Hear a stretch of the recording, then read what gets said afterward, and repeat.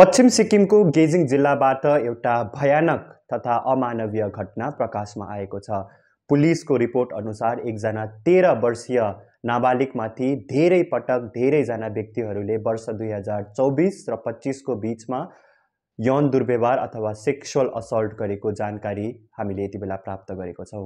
नमस्कार, तपाईहरु सिक्किम न्यूज 24 हेर्नुहुँदैछ। आज तपाईहरुको समक्षमा एउटा यस्तो घटनाको बारेमा जानकारी दिन लागिरहेको छु जो सुन्दा अति नै अमानवीय छ अनि साँच्चै नै यो कुराले आजको दिनमा मानवतालाई नै शर्मसार गर्ने घटना तपाईहरुको समक्षमा जानकारी दिन लागिरहेको छौं। हामीले पुलिसबाट एउटा जानकारी प्राप्त गरेको छौं कि एकजना 13 वर्षीय नाबालिगमाथि जो गेजिङ जिल्लाबाट हुनुहुन्छ उहाँमाथि पटक पटक यौन दुर्व्यवहार भएको अनि धेरैजना मानिसहरूले उहाँलाई यौन दुर्व्यवहार गरेको भन्ने हामीले जानकारी यति बेला पाएको छौं। अनि यो जुन भिक्टिम हुनुहुन्छ, भिक्टिमले कुरा जुन राखेको छ, भिक्टिमले जुन आफ्नो कुरा भनेको छ त्यसको मुताबिक यो यौन दुर्व्यवहार गर्ने मानिसहरूमा एकजना महिला पनि संलग्न छन् अनि 4 जना जुबिनाइलहरू पनि छन्। अनि यो घटना के थियो, यो घटना कस्तो प्रकारले भयो, यसको बारेमा अब तपाईहरुको अगाडि हामी जानकारी दिनेछौं। चाइल्ड वेलफेयर कमिटी अथवा CWC ले एउटा एफआईआर गरेको छ गेजिङ जिल्लामा, जसमा बताइएको छ कि एकजना 13 वर्षीय नाबालिगलाई पटक पटक धेरैजना व्यक्तिहरूले यौन दुर्व्यवहार गरेको छन्। अनि जो भिक्टिम हुनुहुन्छ, जो नाबालिग हुनुहुन्छ, उहाँलाई यति बेला रेस्क्यु गरिसकेको छन्। अनि जब उहाँलाई काउन्सेलिङ गरिएको थियो, जब उहाँलाई काउन्सेलिङमा राखेको थियो, त्यति बेला उहाँले यस्तो कुराहरू खोलाउनु भएको छ जसलाई सुनेर साँच्चै नै तपाईको पनि हृदयमा घात पुग्न सक्छ। साँच्चै नै तपाईलाई पनि लाग्न सक्छ कि हाम्रो समाज अथवा हाम्रो यो जुन समाज छ अथवा सोसाइटी छ त्यो कतिको अमानव बन्दै गएको छ। नाबालिगले भनेको मुताबिक उनको जो एकजना छिमेकी जो स्वयंमा आफू एकजना महिला हुनुहुन्थ्यो, उहाँले पटक पटक उनलाई फोन गर्नुहुन्थ्यो अनि आफ्नो घरको काम सघाइदिनुको लागि उहाँलाई बोलाउनुहुन्थ्यो। अनि उहाँ त्यो काम सघाउने हेतुले अथवा काम सघाउँछु भनेर उहाँ जानुहुन्थ्यो। अनि जब उहाँ काम सघाउनु जानुहुन्थ्यो अनि काम सके पश्चात उहाँलाई धेरैपल्ट त्यो महिला जसले काम सघाउनुको निम्ति बोलाउनु भएको छ उहाँले धेरैपल्ट उहाँलाई यौन दुर्व्यवहार गर्ने कोसिस गर्नुहुन्थ्यो। यसमा सर्वप्रथम के कुरा भनेको छ भने उहाँले आफ्नै हस्बेन्ड जो महिला छ त्यसले आफ्नै श्रीमानसँग उहाँको यौन दुष्कर्म गराउने कोसिस गर्नुहुन्थ्यो भनेर पनि त्यो बालिकाले खुलाएकै छिन् भने जब बालिकाले रिफ्युज गर्थ्यो अथवा जब बालिकाले यो कुरालाई मान्दैनथ्यो त्यति बेला उहाँलाई पैसाको लोभ पनि दिने कुराहरू पनि बालिकाले आफ्नो जुन स्टेटमेन्ट छ त्यसमा खुलाएको छ। अनि सँगसँगै यो पनि आरोप लागेको छ कि त्यो जो महिला छ, त्यो जो छिमेकी महिला छ, उहाँले अन्य 2 जना पुरुषहरूलाई पनि त्यहाँनिर बोलाउने अनि त्यो 2 जना पुरुषलाई लगाएर पनि उहाँमाथि यौन दुष्कर्म गर्ने कोसिस गर्ने कुराहरू पनि त्यो जुन बालिकाले स्टेटमेन्ट दिएको छ त्यसको अनुसार खोलाइएको छ। र सँगसँगै यतिमा मात्रै यो कुरा यहाँनिर स्टोरी एन्ड हुँदैन। सँगसँगै यसमा 4 जना जुबिनाइलले पनि वर्ष 2024-25 को बीचमा उहाँहरूलाई पटक पटक जो 13 वर्षीय नाबालिग छ उसलाई पटक पटक यौन दुर्व्यवहार गरेको घटना यति बेला हामीले पुलिसको जानकारी अनुसार प्राप्त गरेको छौं। यो घटना गेजिङ जिल्लाको एउटा कुनै ठाउँमा भएको हो, किनभने प्राइभेसी रिजन्सहरुको कारणले गर्दाखेरि हामी तपाईलाई भिक्टिमको अथवा त्यो अक्युज्डहरुको नाम भन्न सक्दैनौं, तर पनि हामी तपाईलाई यो जानकारी दिँदैछौं कि यो घटना भएको छ। अनि सिक्किम पुलिसले जुन हामीलाई जानकारी दिएको छ त्यसको मुताबिक योसँग संलग्न व्यक्तिहरूलाई 4 जना व्यक्ति लगायत 4 जना जुबिनाइललाई यति बेला पुलिसले आफ्नो हिरासतमा लिइसकेको छ, एरेस्ट अथवा एप्रिहेन्ड गरिसकेको छ। अनि उहाँहरुमाथि के चार्ज लागेको छ, चार्जेसहरु तपाईहरुको अगाडि हामी भन्न गइरहेको छौं। एउटा केस रेजिस्टर भएको छ जसमा under section 64, 98, 99, 351 of 2, 3 of 5 of भारतीय न्याय संहिता 2023 र सँगसँगै पोक्सोको पनि पोक्सो एक्ट 2012 को धारा 3, 4, 5, 1 अनि 6 यो जुन पोक्सो एक्ट 2012 छ यसको यो धाराहरू लगाएर ती व्यक्तिहरू जो यसमा संलग्न हुनुहुन्थ्यो ती व्यक्तिहरूलाई यति बेला पुलिसले आफ्नो हिरासतमा लिइसकेको छ भन्ने जानकारी हामीले यति बेला प्राप्त गरेको छौं। त यो त थियो यो जुन घटना भयो यसको बारेमा तपाईँहरूलाई जानकारी विवरण तपाईँहरूले यति बेला पाइसक्नु भएको छ। अनि जो अपराधीहरू छन्, जो कथित अपराधीहरू छन्, त्यसलाई पुलिसले यति बेला आफ्नो हिरासतमा लिइसकेको छ, उहाँलाई थुनिसकेको छ। अनि अब यो जुन यसको यो केसको इन्भेस्टिगेसन छ, त्यो केसको इन्भेस्टिगेसन अघि बढिरहेको छ। तर अब केही समय म तपाईँहरूसँग कुराकानी गर्नु चाहन्छु, तपाईँहरूसँग म एउटा प्रश्न सोध्न चाहन्छु।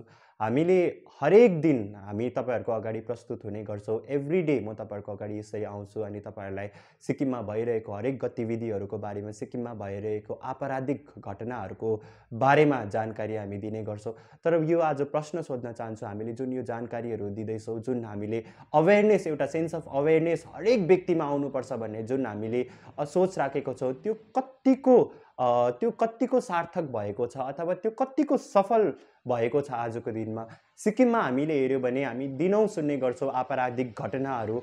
मानिसहरूले आजको दिनमा अपराध गर्नुलाई केही ठुलो कुरा सोचेको छैन। यस्तो यस्तो समाजमा यस्तो यस्तो अमानवीय तत्त्वहरू छ, यस्तो यस्तो अमानवहरू मानिसको भेषमा यस्तो यस्तो राक्षसहरू हाम्रो यो समाजले पालिरहेको छ।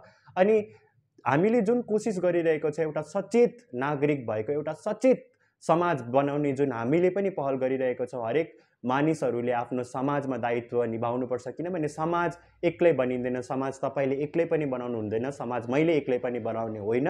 तर हामीले एउटा कोसिस गरिरहेको छौँ कि तपाईँले आफ्नो कन्ट्रिब्युसन गर्नु पऱ्यो, मैले आफ्नो कन्ट्रिब्युसन गर्नु पऱ्यो, अनि मात्रै एउटा राम्रो खालके समाज निर्माण हुन सक्छ। अनि यसमा हामीले हाम्रो पक्षबाट तपाईँहरूको अगाडि प्रतिदिन हामी सुनाउने गर्छौँ। हामी यो घटनाहरूको बारेमा तपाईँहरूको अगाडि रिपोर्ट गर्ने गर्छौँ। तर यो घटनाहरूको बारेमा रिपोर्ट गर्दै गर्दाखेरि यस्तो यस्तो घटनाहरू पनि आउँछ जसलाई देख्दाखेरि, जसलाई सुन्दाखेरि साँच्चै नै हाम्रो पनि हृदय घात भएर जान्छ।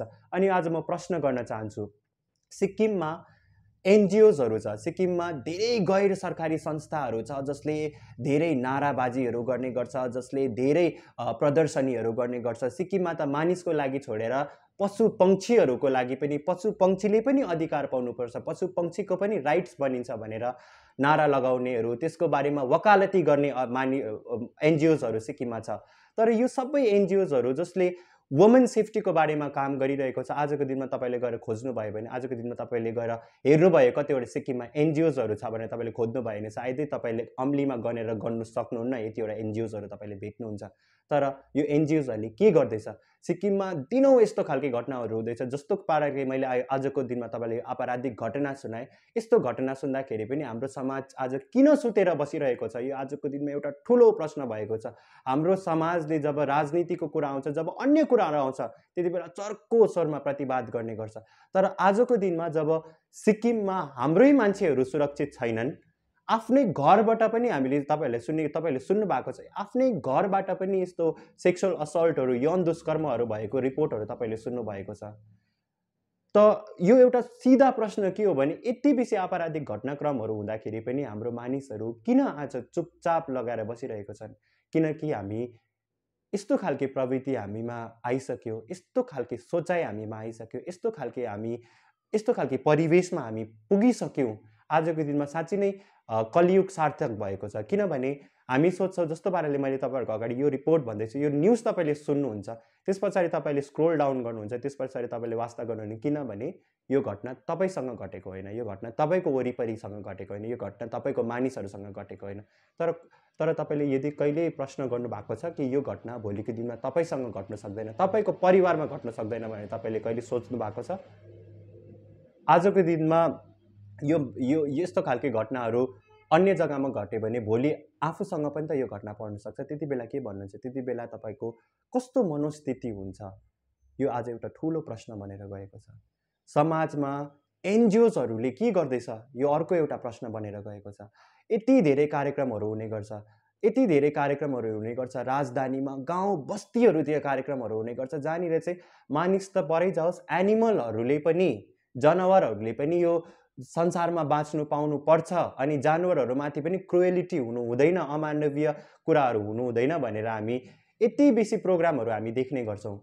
तर जब मानिसहरूमाथि नै, जब यो यस्तो खालके समाजमा जब हाम्रो बालबालिकाहरू सुरक्षित छैनन्, त्यति बेला एउटा ठुलो प्रश्न बनेर गएको छ। त्यति बेला हाम्रो समाज कुन दिशातर्फ गइरहेको छ? आज एउटा कुरा यो पनि भन्न चाहन्छु जस्तो प्रकारले सिक्किममा जन्मदर घट्दै गइरहेको छ अनि आपराधिक घटनाहरू सिक्किमबाट दिनौँ ड्रग्सहरू पुलिसले पक्रिरहेको छ, दिनौँ यस्तो अपराधीहरूलाई पक्रिरहेको छ। यो को मान्छेलाई पक्रिँदैछ? यो को मान्छे जाँदैछ जेलमा? यो सायदै हाम्रै मान्छे हुन्छ, तपाईँकै वरिपरिको मान्छे हुनसक्छ, यो सिक्किमकै मान्छे हुनसक्छ। र यही कारणले गर्दाखेरि चाहिँ यस्तो दिन आउनु पनि अब टाढा छैन जब हाम्रो पपुलेसन घटेर जाँदैछ, जब हाम्रो जनसङ्ख्या घटेर एकदमै हामी कम्ती हुन लागिसकेका छौँ। अब यस्तो खालके डर पनि छ कि हाम्रै ठाउँमा हामी माइनोरिटी हुनसक्छ, हामी हाम्रै ठाउँमा कम्ती हुनसक्छ जनसङ्ख्याको दरले गर्दाखेरि। तर यस्तो खालके आपराधिक घटनाहरू दिनौँ आउँदाखेरि, यस्तो खालके अपराधीहरू दिनौँ जन्मिँदाखेरि यो सिचुएसन अब टाढा छैन, यो दिन पनि अब टाढा छैन कि जब सिक्किमको आधीभन्दा बेसी मान्छे जेलमा हुन्छ। त यो ठुलो प्रश्न बनेर गएको छ आजको दिनमा। वुमेन सेफ्टीको लागि के गर्दैछ प्रशासनले अथवा के गर्दैछ यो एनजिओजहरूले? पुलिसले हरेक दिन पक्रेको हामीले खबरहरू सुन्ने गर्छौँ, तर यसलाई अवेरनेस, यो कुरालाई रोक्नको लागि के कदमहरू अगाडि बढिरहेको छ यसको बारेमा पनि जानकारी आउन आवश्यक छ। जानकारी मात्र होइन, यसको बारेमा घर घरमा सचेतना पुग्नु जरुरी छ। आज हरेक व्यक्तिलाई, किनभने एउटा समाजमा बसिसकेपछि हरेक कुरामा पनि मेरो दायित्व बनिन्छ, समाजमा घटिरहेको घटनामा प्रति मेरो दायित्व बनिन्छ।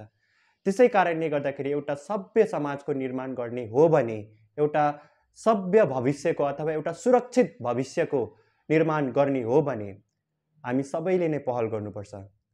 तपाईबाट पनि पहल हुनुपर्छ, हामीबाट पनि पहल हुनुपर्छ। हामीले हरेक दिन तपाईँलाई समाचार सुनाउने गर्छौँ, तर हाम्रो समाचारले अथवा हामीले यो जुन रिपोर्टहरू गरिरहेका छौँ यसले तपाईँको जिन्दगीमा के फरक पर्यो त? यो पनि तपाईँले सोच्नुपर्छ। यो क्वेसनको साथमा, यो प्रश्नको साथमा म तपाईँहरूबाट बिदा लिन चाहन्छु। धन्यवाद।